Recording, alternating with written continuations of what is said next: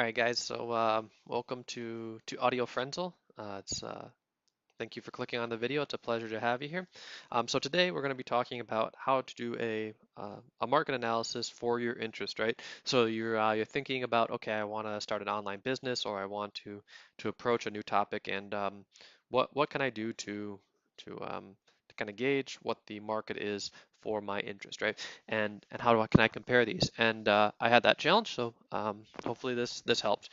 So there's two kind of things we want to talk about before we hop in. The first is we have our actual interests, and the second is we have the how do we assess the market, right?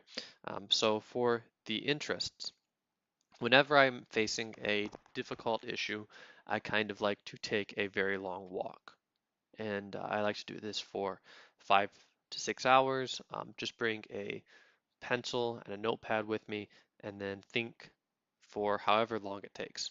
So whenever I have a thought, I write it down, and hopefully by the end of the walk, I have a much better picture of what it is I want. So I've done this whenever I've made a career decision, whenever I've made a decision about going to, when I went to graduate school.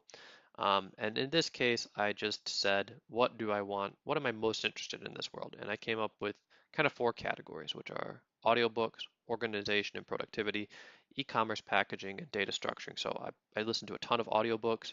I probably have listened to 200 or 300 books in the previous 3 years. Um, Organization and productivity, of those books, I've probably read 50 on organization and productivity. E-commerce packaging, I have my master's degree in packaging science, as in physical packages, and then data structuring. So I've always been interested in how we use and store data, and I realized that on the walk that data is just something that interests me, right? And the second thing we want to look into is the columns here, which are more or less different ways we can think about how people spend money and use the internet. Okay, and so that we could potentially profit off of, right? That we could potentially influence at some level and help meet a market need. So I've kind of organized these into a few different categories. The first is this is general interest, right? So this is Google AdWords. If you don't know what that is, it's a tool basically that Google has for selling advertisements, right? So if we go to google.com, we're all familiar with this, right? We can look at we can Google something we're interested in, maybe um, uh, coffee. We can spell it right too, for sale, right? And then something will come up. In this case, nothing. So coffee, maybe filter for sale. Okay, here we go. So if you go to aliexpress.com, you can buy 2 coffee filters and get free shipping, right? And you see ad next to something. That means that someone has paid for you to see that. And basically, AdWords is a market, right? And so you can see here is the search volume. In this case, I searched for the US, but you can search for by pretty much any country. And the second is price. So you can see how much people paid to basically put an ad there. You also have Google Trends, which is another feature that allows you to search a topic, and then it gives you the most popular topics in that. So if we go to trends.google US, we'll let that load. Then we can search coffee. Again, should spell it right. And we get some answer, right? So we can see interest over time. But then if we go down here, related coffee drink, right? Most popular, I guess. And you can even compare it to, um, I don't know what else, coffee maker, coffee drink, coffee maker, right? And then you can see, okay, people are way more interested in coffee drinks, right? That makes sense. The next is Ali. This is kind of what I would describe as the opportunity for market arbitrage between different markets, right? Whether that's Asia to US or US to Asia. Um, and I'll go into that a little bit deeper in a second. These are summaries of information or content production and content sales channels. And then lastly, we have basically ways of rating selling of the market, right? So direct services, so whether that's selling a website made for a particular topic or for selling services, and then personal items down here. So first, how do we gauge opportunities for market arbitrage, right? Well, we want to use a combination of AliExpress, which if you're familiar with, which is for mostly manufacturers, um, to buy from other manufacturers, basically trade, right? Or distributors to buy from manufacturers. AliExpress is kind of like the Amazon of Asia, um, more like China. I don't even think it's used all over Asia. I think it's mostly China. And you can search in English. There's a lot of manufacturers who produce, and you can search something like coffee filter. Okay, and then you can also do the same thing on Amazon, right? So if we search coffee filter, we get coffee. Okay, so for example, we have 50 coffee filters for $1.88. Okay, we can also search on Amazon,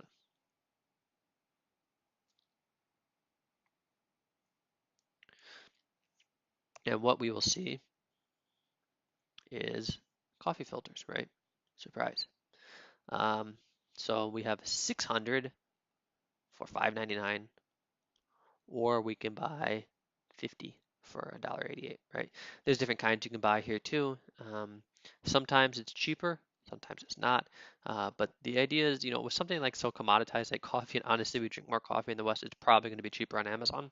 But the point is, you can look for different items and here, and what you can do is you can say, okay, I want to buy headphones here, and then I can find the same product on Amazon, and then you can actually note the price difference, right? So the idea is that, for example, if we want to sell data structuring services, right? And you become a content expert or you become very good at this, people will probably ask you about the tools you use, things like that. And one thing you could do is you can actually offer, okay, I want to sell you a mouse, right? Well, it turns out you can buy a mouse, a PC mouse, very cheap on AliExpress, and actually, a lot of more bespoke, not bestoke, what's a bespoke? Bespoke items on Amazon, luxury mouses, they're quite expensive, right? So actually there's a very good opportunity in this particular item to sell, right? And that's the idea here. Okay, so you have your interest, right? To kind of summarize, and hopefully you're seeing this, but I'm kind of a little simple at times, so I'll make it try to connect the dots here, right? The first thing you're trying to do here is basically gauge how much are people interested in your market, how much do they search it, and when they do search it, how much are they willing to pay, right? So for example, data organization, people do not search it very often, but they pay a lot when they do. So it's a competitive space. It's a competitive space in a way, um, but it's a very high margin space, right? This is very different than something like audiobooks where there's a lot of search and people pay a lot to get those eyes.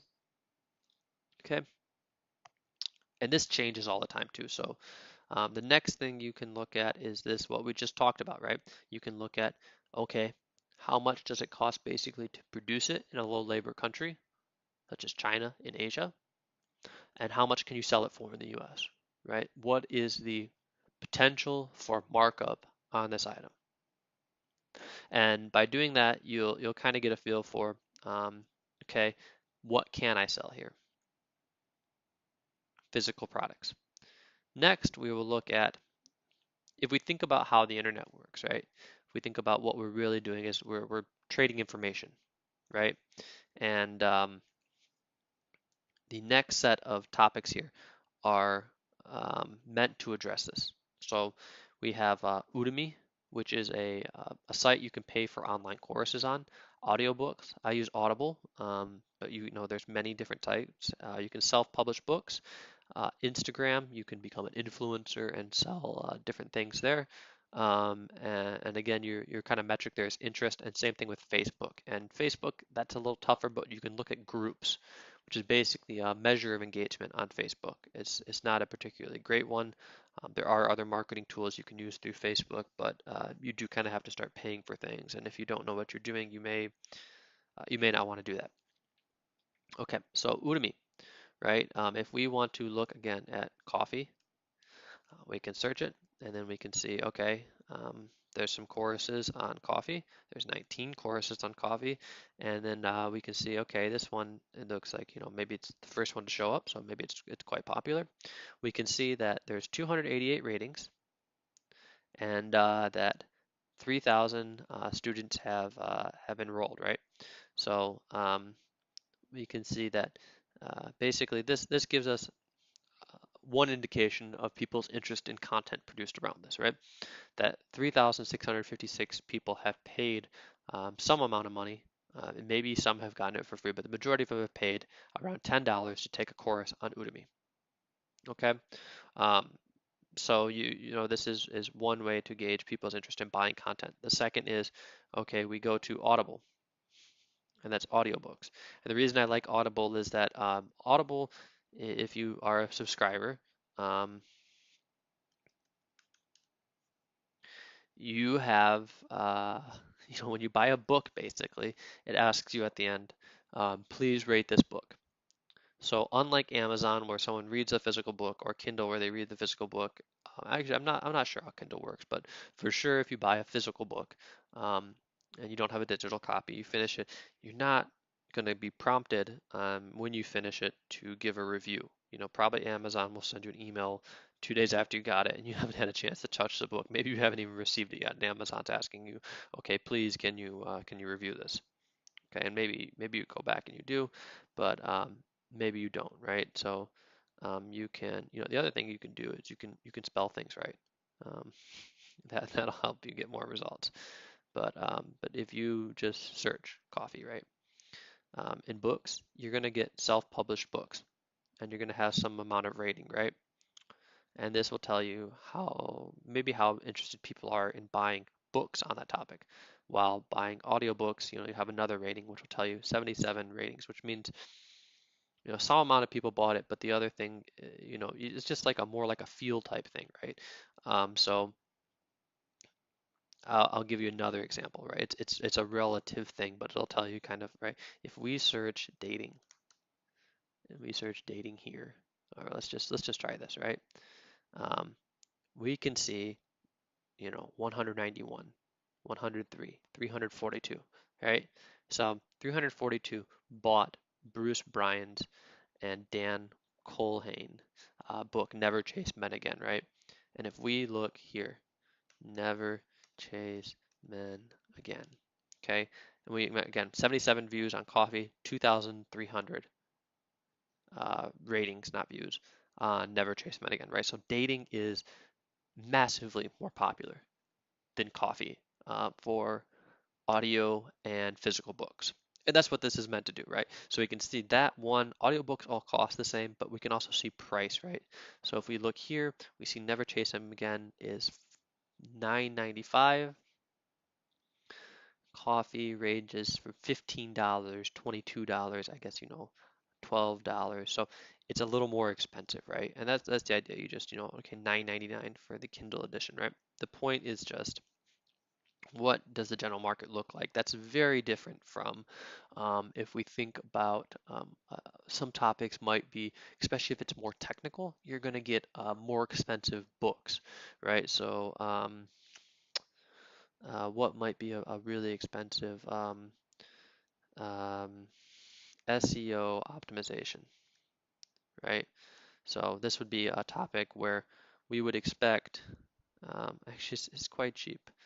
Um, but we would expect to see some more expensive, $30, $24. I think if it's more technical, you're probably going to end up being able to sell it for more. So if your interests are more technical, even if you don't have a lot of ratings, you know, um, 16, 16, something like this, it's probably you can make a lot of money here.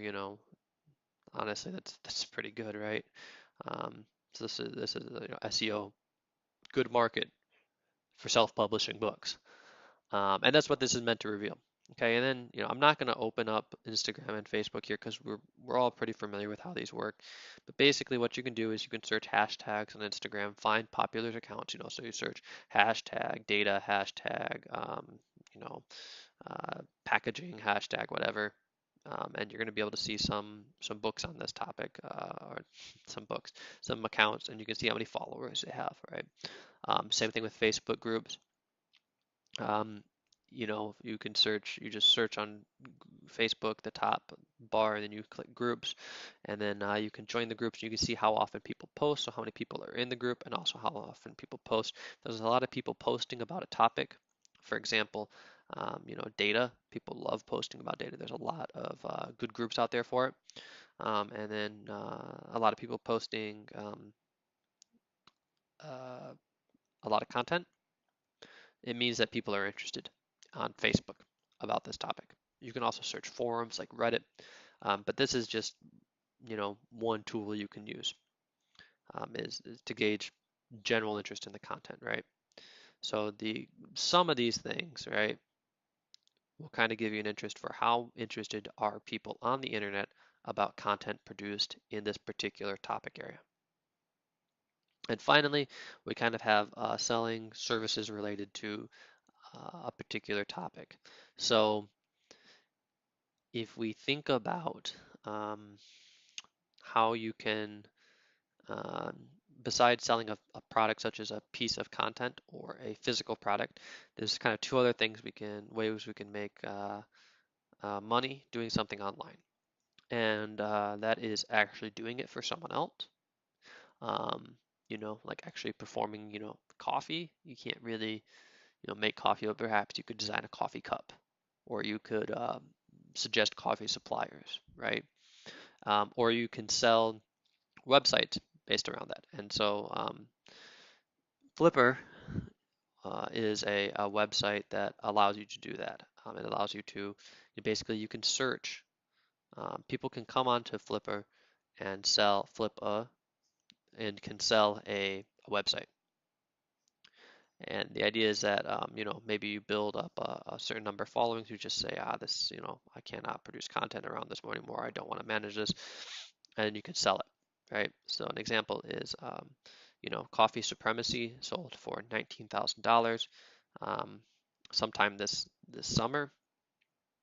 You can see how much profit people made, so you can get a feel for producing content, how much it does. But you can also get a feel for, okay, if I build a business around this, is it realistic that I can sell this? And there's just some topics it's not, right? Just no one will buy a website on, uh, certain areas that don't have a lot of tangible value outside of the original producer. But there's many things people do, and you can also see what the general profitability of a success. That's a successful website, right? You're making $500 a month, $6,000 a year off of a website after 1 year is good. It's real good. Okay. And you can also click onto the website and see what it looks like. And finally, you can search Fiverr, which is basically a gig. You could also do Upwork. I'm sure there's a number of websites you can just pull up and see what sort of jobs people sell around that, right? So I will design a coffee, food, bar, cafe, shop, restaurant logo, right? So, okay, you could do design work, you could do videos, okay? There's different, I will be your spokesman as Elmer drinking coffee. So there you go. You can hire this guy, right? So there's different things you can do, and you can see for, what does it look like, right? So actually, this is it's quite a good topic. There's 404 results for someone mentioning coffee. Means that there's a lot of general competition. Means that people they're interested in a selling service. It probably means people are buying. You don't know, but it probably means people are buying. Coffee mug design, 191 reviews. Good business to be in, it would appear. And finally, when you're putting together a matrix, you should not forget your own interests. So, um, feeling about the customer, I like to rate things on a scale of 1 to 10. No using sevens. I think sevens are cheating. You can use 1 through 10 using sevens. It's up to you. I'm telling you, just give it a try. 1 through 10, no sevens. You will be surprised at how much clarity it gives. There's a big difference between a 6 and an 8. Um, and passion for working in that space, right? And basically, do you find it interesting? Yeah, that's a good question to answer. And then anti-fragility versus fragility, basically how interesting. That's not interest related. That's more like I think you should read a little bit more on it. But the idea here is basically if we have something that's fragile, the opposite of it is something fragile, something that breaks easily with stress. We might think the opposite of fragile is resilient, meaning it does not break. But if we really think about it, it would be something that grows with stress, right? So the uh, classic example here, or I guess it's not classic, but a good example would be Kanye West, right? So he's an artist. And someone who's fragile would not be able to do the things Kanye West has done. And regardless of what you think of him as an artist, um, you can kind of look at what he'd said in the early 2000s about George Bush, and then you can look at how he's more recently treated President Donald Trump, and you can say, oh, for sure, he can kind of do things other people cannot do, right? Most people, if they kind of talk bad about one sort of president of a political party and then talk positively about another one, we would say that that person is kind of has some duplicity to them. Maybe I don't know what you might say about Kanye West, but the point is just simply that he has grown with this controversy, right? Most people would, if you ran an insurance company and you said these sort of things about politicians, for sure you're going to lose business. But if you're an artist, you're more anti-fragile, right? So it's just a good kind of gut check to make sure that you're not going into something where your personality doesn't fit, right? So luckily, everything I picked, organization and productivity, it's pretty anti-fragile, right? You talk, you're an author, you're basically writing about something. If you have a very controversial opinion about how to organize things, honestly, people who aren't, organization isn't working in other areas, they're going to kind of gravitate towards the one, they're just going to keep looking until they find something that works.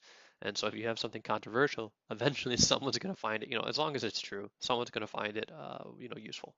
That's the idea. So you can scale these and kind of give yourself a feel for, gut. You can also do that on your walk. And kind of see where you feel about each one of these. And once you have that complete, what you've basically done is you've researched, okay, how much are people generally interested in this? What is the general feel for it? What are the general market indications? What does the physical product market look like? What does the content marketing look like? How interested are people in buying information on it and or using information on it? And what does the service industry on the internet look like? And how do I feel about each one of these, right? And by doing that, you just get a feel for basically what it is you want to do, and searching and seeing the different avenues and how people talk about it was very clarifying for me. So that's what I would suggest you do is you just fill this Excel sheet out. I will post a link to this so you can download it yourself and use it. And I think you'll find the process of going through this quite useful, and I think you'll learn a lot. So that's it, and I appreciate you taking the time to watch, and